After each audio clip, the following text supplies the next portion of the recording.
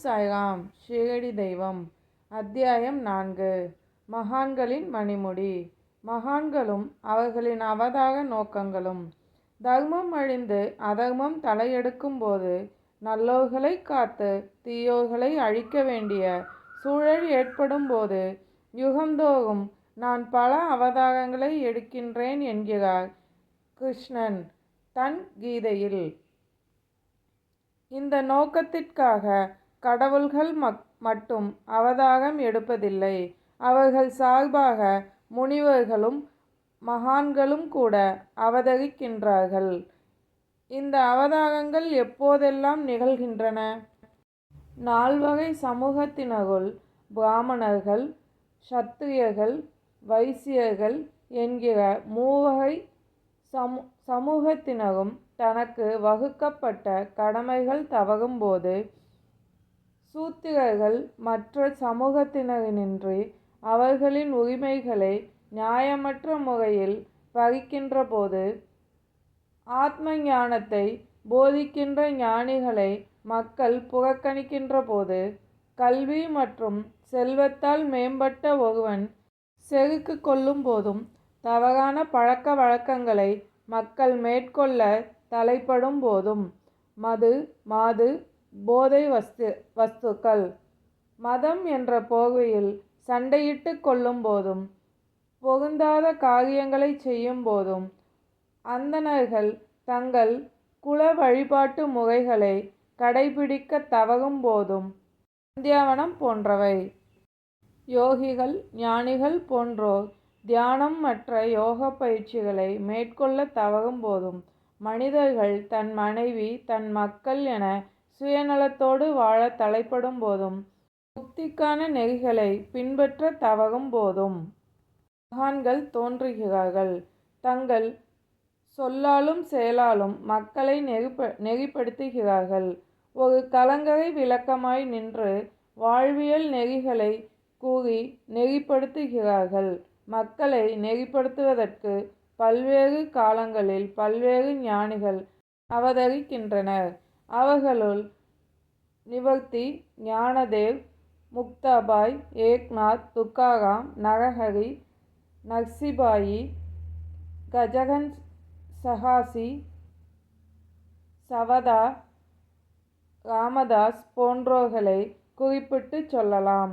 இவ்வகையில் மக்களை நெறிப்படுத்த ஓர் விடிவெள்ளியாக அவதரித்த மகான்தான் ஷீரடி சாய்பாபா.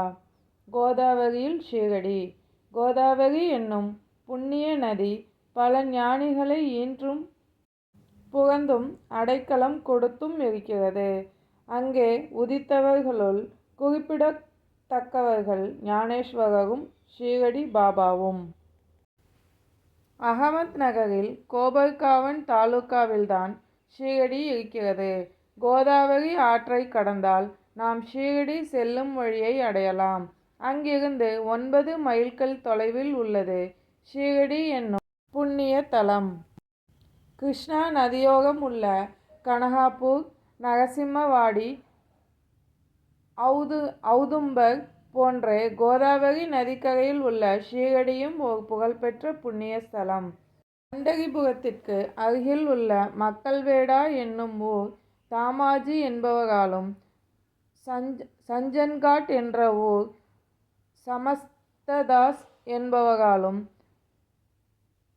நரேபாட்வாடி என்னும் இடம் நரசிம்ம சரஸ்வதியாலும் புகழ்பெற்றது போல ஷீரடியும் சாய்பாபாவால் புகழ்பெற்று வருகிறது. சாய்பாபாவின் குணங்களும் பண்பு நலன்களும். கடப்பதற்கரிய இந்த உலக வாழ்வை எளிதாய் கடந்தவர், வென்றவர் சாய்பாபா. அமைதியே உருவானவர். வைணவ அடியார்களுக்கோர் முன்னோடி. கர்ணனை காட்டிலும் சிறந்த வள்ளல். நற்குணங்களின் தாயகம். அழியும் பொருட்களின் மீது பற்று இல்லாதவர். ஆன்மீக கடல். உலகப் பற்றற்ற ஞானி. விருப்பு வெறுப்பற்றவர். கண்ணாடியை போன்ற தூய்மையான உள்ளம் கொண்டவர். அமுதமாய் இனிக்கும் வாய்மொழிகள் பேசுவார். ஏழை பணக்காரர் என்னும் பாகுபாடு அற்றவர், புகழ்ச்சிக்கு மயங்காதவர், இகழ்ச்சியை அறியாதவர், சர்வவியாபி, இசை நடனம் இவற்றில் நாட்டம் மிக்கவர், அனைவரிடமும் சரளமாக பேசுவார். ஆனால் சமாதி நிலையிலிருந்து மாறாதவர், எந்நேரமும் அல்லா மாலிக் என்பார். உலகம் விழிக்கும்போது அவருக்கு உறக்கம், உலகம் உறங்கும்போது அவருக்கு விழிப்பு. தேனீகளைப் போல சுறுசுறுப்பானவர், ஆழ்கடலினும் அமைதியானது அவர் மனம். இருக்கும் இடத்திலிருந்து அனைத்தையும் அறிவார். எண்ணத்திலும் செயலிலும் அவர் விளங்காத புதிர். தினந்தோறும் நூற்றுக்கணக்கான கதைகளை அவர் திருவாய் மலரும். ஆனால் மௌன நிலையினின்றி மாறாதவர், மசூதியின் சுவற்றில் எப்போதும் சாய்ந்து கொண்டிருப்பார். காலையிலும் மாலையிலும் மதிய வேளைகளிலும் லெண்டி என்னும் பூந்தோட்டம், சாவடி என்னும் சயன அறை இவற்றை நோக்கி நடந்து கொண்டிருப்பார். எப்போதும் ஆன்மீக சிந்தனைகளில் மூழ்கியிருப்பார். ஷீரடி மண்ணில் ஒரு புல்லின் அரும்புகளும் சிறு கற்களும் கூட ஆசீர்வதிக்கப்பட்டவை. நாள்தோறும் அவை சாயின் திருவடிகளை முத்தமிட்டு மகிழ்கின்றன. அவரின் பாதத் துளிகளை பருகும் தீர்த்தமாய் ஏற்கின்றன. மொத்தத்தில் ஷீரடி மற்றும் ஓர் பண்டரிபுரம், ஜகந்நாதம், துவாரகை, காசி, ராமேஸ்வரம், பத்ரிநாதம், கேதாரி, நாசிக், தியம்பரேஸ்வரம், உஜ்ஜயினி, மகாகாளேஸ்வரம், மகாபலேஸ்வரின் கோகர்ணம் என அடுக்கிக் கொண்டே போகலாம். சாயியின் தரிசனம் ஒரு யோக சாதனம். சாயிபாபாவிடம் நாம் தொடர்பு கொள்ளும்போது நம்மை தேவ சிந்தாந்தங்களை உணர வைக்கிறது. தன்னிலை உணரும் ஞானத்தை நல்குகிறது. பாபாவின் தரிசனம் யோகப் பயிற்சி காணும் ஓர் வழிகாட்டி. அவரிடம் பேசுவதாலேயே நம் பாவங்கள் கரைகின்றன. அவரின் பாத கமலங்களுக்கு நறுமண எண்ணெய் தேய்த்து விடுதல் என்பது திரிவேணி சங்கமத்தில் நீராடுவதற்கு இணையானது. அவரது திருவடி தீர்த்தம் உலக ஆசைகளை வேறறுக்கும். அவரே ராமர், அவரே கிருஷ்ணர், அவரே பரபிரம்மம். இரு வினைகள் தீண்டாத புண்ணியாத்மா, வினைகளின் பாதிப்பை காணாத பரமாத்மா. அவர் ஷீரடியில் இருந்தாலும் இந்தியா முழுவதும் அவர் புகழ் பரவி இருந்தது. பல பகுதிகளில் இருந்தும் அடியவர் கூட்டம் எந்நேரமும் அவரை சூழ்ந்திருந்தது. மன தூய்மை உடையவரானாலும் சரி, மன தூய்மையற்றவர் ஆனாலும் சரி, பாபாவை ஒருமுறை தரிசித்தாலே அவர்கள் மனம் அமைதி நிலைக்கு வந்துவிடும். பண்டரிநாதனை தரிசித்த ஆனந்தத்தையும் மன நிறைவையும் பாபாவை தரிசித்தவர்கள் அடைந்தார்கள். அவர் ஓர் சித்தரானாலும் சாதாரணமானவராகவே தோற்றமளித்தார். அவரின் எளிமை, பணிவு, அகங்காரமற்ற தன்மை குணங்களால் அனைவரையும் கவர்ந்தார். ஆலந்தியை ஞானேஸ்வரும் பைடனை ஏக்நாத்தும் உயர்த்தியது போல ஷீரடியை சாயி தனித்துவம் மிக்கதாக ஆக்கினார். கௌலி புவாவும் பாபாவும். 95 வயது நிரம்பியவர் கௌலி புவா என்னும் ஓர் பக்தர். வருடம் தவறாமல் பண்டரிபுரம் செல்வார். பண்டரிநாதனை தரிசிப்பார். இதற்காக அவர் பண்டரிபுரத்தில் 8 மாதங்களும் கங்கை கரையில் 4 மாதங்களும் தங்குவார். தன் உடைமைகளை சுமக்க ஒரு கழுதையும் தனக்கு உதவியாக ஒரு சீடனையும் துணைக்கு கொண்டு செல்வார். விட்டலின் தரிசனத்திற்கு பின்னர் சாயிபாபாவை தரிசிக்க ஷீரடிக்கு வந்து விடுவார். பாபாவை உற்று நோக்கிய அவர் ஏழைகளிடத்தும் தீனர்களிடத்தும் கருணை காட்டும் கடவுள் பாபா. இவர் அந்த பண்டரிபுர விட்டலின் ஓர் அவதாரம் என நெகிழ்ந்து கூறினார். பாபாவிற்கு இறைவனின் நாமத்தை சிந்திப்பதும் அவர் புகழை பாடுவதும் விருப்பமான ஒன்று. அவர் எப்போதும் அல்லா மாலிக் என்பார். தன்னைப் போலவே மற்றவர்களையும் இறைவனை அல்லும் பகலும் தொடர்ந்து 7 நாட்கள் நாம சப்தாகம் பாடும்படி கூறினார். இதனைதான் நாம சப்தாகம் என்பார்கள். விட்டல் பிரசன்னமாதல். பண்டரிநாதன் ஒருமுறை தாஸ்கனு மகாராஜை பாபா சப்தாகம் செய்யும்படி கூறினார். அதை கேட்ட தாஸ்கனு, பாபா, நீங்கள் சொன்னபடி நான் நாம சப்தாகம் செய்கிறேன். ஆனால் 7ஆம் நாள் முடிவில் பண்டரிபுர விட்டல் பிரசன்னம் ஆவாரா? அதற்கு நீங்கள் உறுதியளித்தால் நான் பாடுகிறேன் என்றாராம். பாபாவும் தன் நெஞ்சில் கையை வைத்தபடி, நிச்சயம் விட்டல் பிரசன்னமாவார் என்றார். உன்னிடம் அந்த விட்டல் பிரசன்னமாக வேண்டும் என்றால் ஆழ்ந்த பக்தியும் ஊக்கமும் இருக்க வேண்டும் என்றார் பாபா. டாகூர்நாத்தின் டங்கபுரி, விட்டலின் பண்டரிபுரம், கிருஷ்ணனின் துவாரகை எல்லாமும் இந்த ஷீரடியில் இருக்கிறது. துவாரகையை பார்க்க எவரும் வெகு தூரம் செல்ல வேண்டியதில்லை. பக்தியுடன் அழைத்தால் விட்டல் இந்த ஷீரடியில் பிரசன்னமாவார் என்றார். தாஸ்கனுவுக்கு விட்டல் எவ்வாறு பிரசன்னமானார்? தாஸ்கனு ஆழ்ந்த தியானத்தில் விட்டலை எண்ணி தியானம் செய்து கொண்டிருந்தார். அப்போது அந்த விட்டல் காட்சி அவர் அகக்கண்ணில் தோன்றியது. அவரை கண்ட தாஸ்கனுவிற்கு எல்லையற்ற பேரானந்தம் கிட்டிற்று. அன்று மதியம் தாஸ்கனு பாபாவை தரிசிக்கச் சென்றார். பாபா அவரிடம், விட்டல் பாட்டேல் வந்தாரா? அவரை கண்டீரா? அவரோ ஓர் விளையாட்டு பிள்ளை. சிறிது கவனமில்லை என்றாலும் அவர் ஓடிவிடுவார் என்றார் வேடிக்கையாக. தாஸ்கனுவின் விட்டல் தரிசனம் காலையில் நிகழ்ந்தது. மதியமும் தாஸ்கனுவிற்கு விட்டல் தரிசனம் கிடைத்தது. எவ்வாறு எனில், தெருவில் ஒரு ஹீக்கர், வீதியில் பொருள் விற்பவன், விட்டோபாவின் படங்களை விற்று கொண்டிருந்தான். தாஸ்கனுவும் அதில் ஒன்றை வாங்கினார்.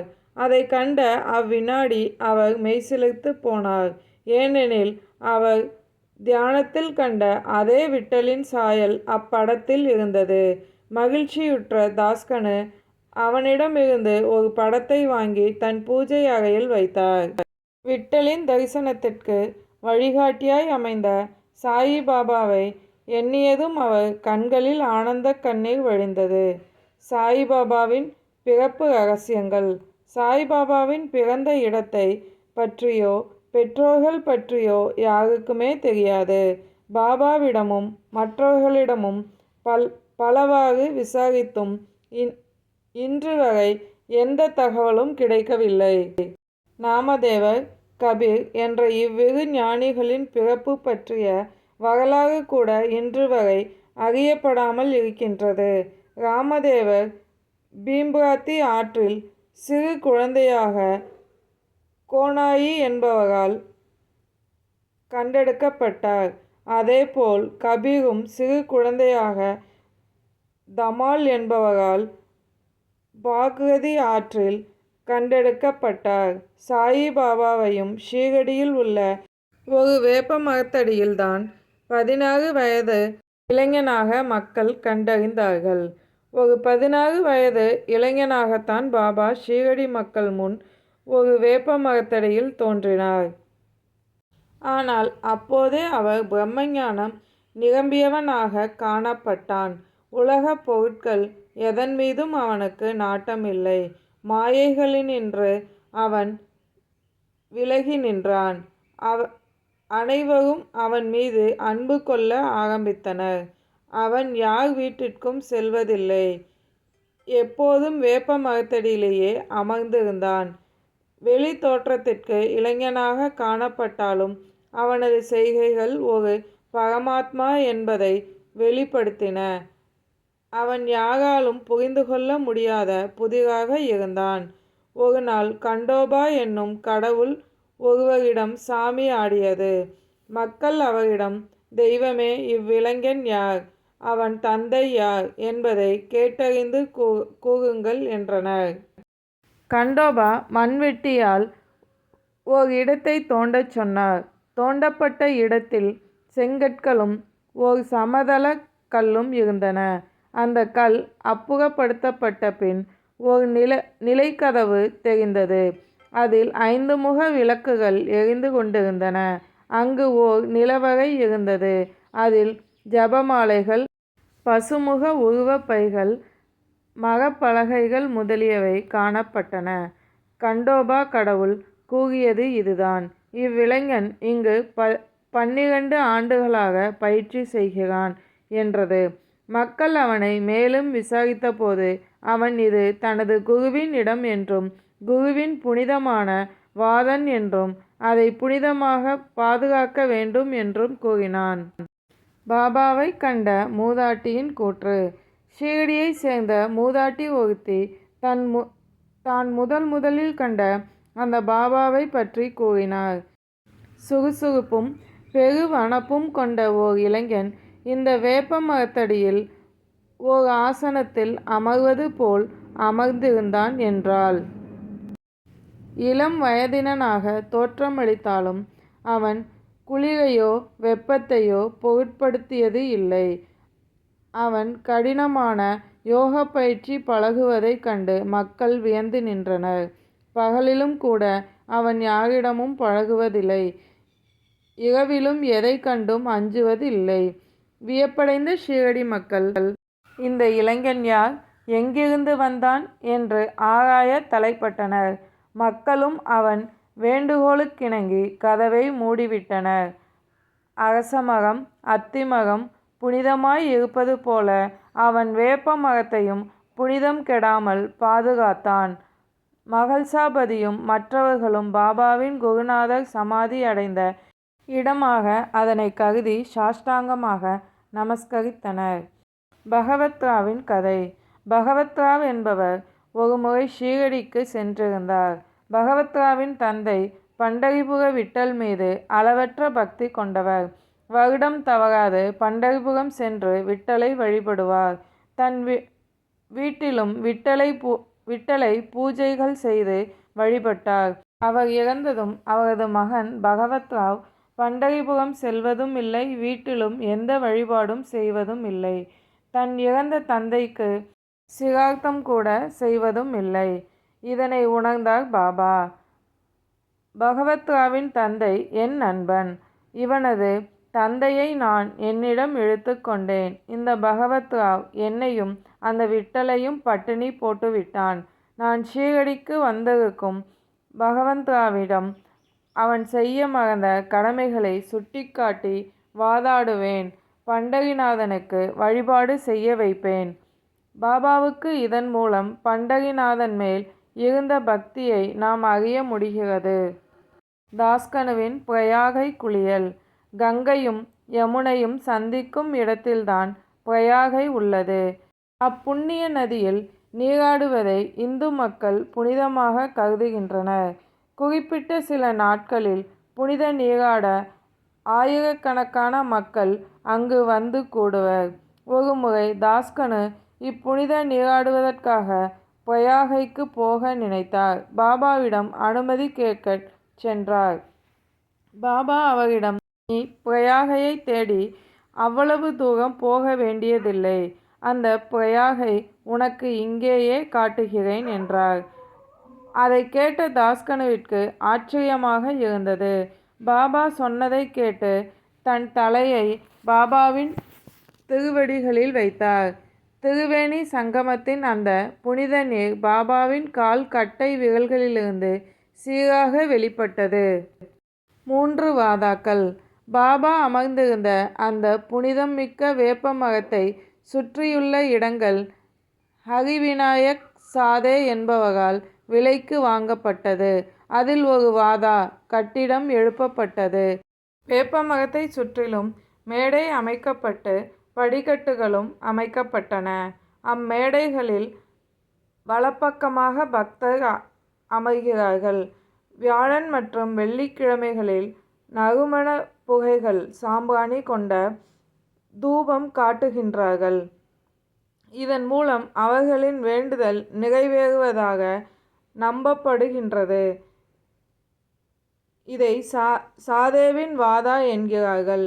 இது பழமையான முதலில் எழுப்பப்பட்ட கட்டிடமாக இருப்பதால் உதிர்ந்து கொட்டும் நிலையில் இருந்தது. சமஸ்தானத்தின் மூலம் இவ்வாதாவில் பழுது பார்க்கும் பணிகள் நிறைவேற்றப்பட்டுள்ளன. காக்கா சாஹிப் தீக்ஷித் இங்கிலாந்து சென்றிருந்த போது ஒரு விபத்தில் காலில் எலும்பு முறிவு ஏற்பட்டது. பல வைத்தியங்கள் பார்த்தும் அவர் கால் குணமடையவில்லை. நானா சாஹிப் சந்தோர்கர் என்பவர் பாபாவை தரிசிக்கும்படி கூறினார். 1909 தீக்ஷித் பாபாவை சந்தித்தார். பாபாவிடம் அவர், நான் மனமுடைந்து விட்டேன் பாபா, என் கால் ஊனத்தையும் மன ஊனத்தையும் குணப்படுத்துங்கள் பாபா என்றார். கண்ணீர் மல்க. பாபாவின் தரிசனத்தில் மகிழ்ச்சியுற்ற அவர் அங்கேயே தங்கிவிட முடிவு செய்தார். அவராலும் அங்கு ஒரு வாதா எழுப்பப்பட்டது. 1911 அந்த வாதாவிற்கு ராமநவமி அன்று உரிய பூஜைகள் செய்ததுடன் கிரகப்பிரவேசமும் விமரிசையாக செய்தனர். நாக்பூரைச் சேர்ந்தவர் பூட்டி. அவர் புகழ்பெற்ற லட்சாதிபதி. அவரால் ஏராளமான பணச்செலவில் அரண்மனை போன்ற வாதா கட்டப்பட்டது. அங்குதான் சாய்பாபாவின் உடல் அடக்கம் செய்யப்பட்டிருக்கிறது. தற்போது இது சமாதி கோவில் என வழங்கப்படுகிறது. இதன் அருகில் பாபா அமைத்த பூந்தோட்டம் ஒன்றும் இருந்தது. ஒரு காலத்தில் எதுவுமே இல்லாத அந்த இடத்தில் 3 வாதாக்கள் எழுப்பப்பட்டன. சாதேவின் வாதாவே அக்காலத்தில் பயணிகளின் முதல் தங்குமிடமாக இருந்தது. 4வது அத்தியாயம் நல்லபடியாக முடிச்சிட்டோம். சாயின் வார்த்தைகள் மீது நம்பிக்கை வைப்போம். ஓம் சாய்ராம்.